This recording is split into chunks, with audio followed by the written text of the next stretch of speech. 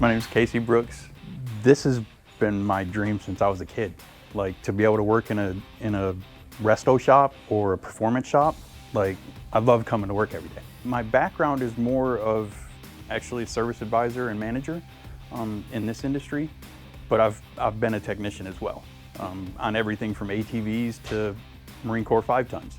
You know, my stepdad didn't even change his own oil. So I learned the hard way. Break the new part, go buy another new part till you figure out how it goes in there. So it's, you know, I've always loved anything that's fast. So if I can do something to make it faster, that's what I've always loved doing. I was a service manager at a dealership, and it just got to be stressful. You know, I would come home, I'd be aggravated, and you know, I don't want to bring my work life home. Here, I don't mind, because I go home and I'm in a good mood. You know, I talk to my wife about, hey, I got to do this today, I got to do this. I show her pictures of the progress on the cars. She's not a car person, but she's happy because I come home in a good mood every day. The Trans Am's been here since before I got here, and it's kind of been additional things. You know, the customer wanted one thing as far as an engine. Now he's decided to upgrade to a little bit more horsepower, even though he was already doing an upgrade.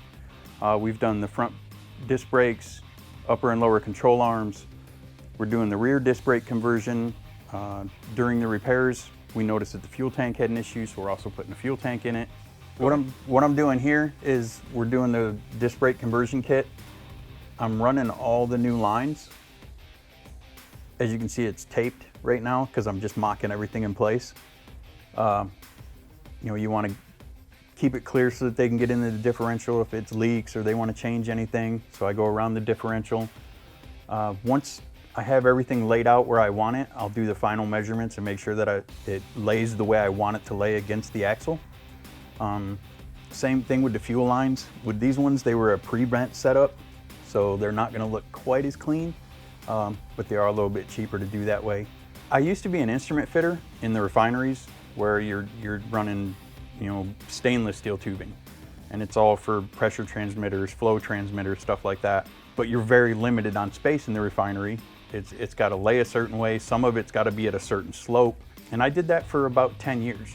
So it translated really well to this because I can kind of see where I want the tubing before I lay it in there.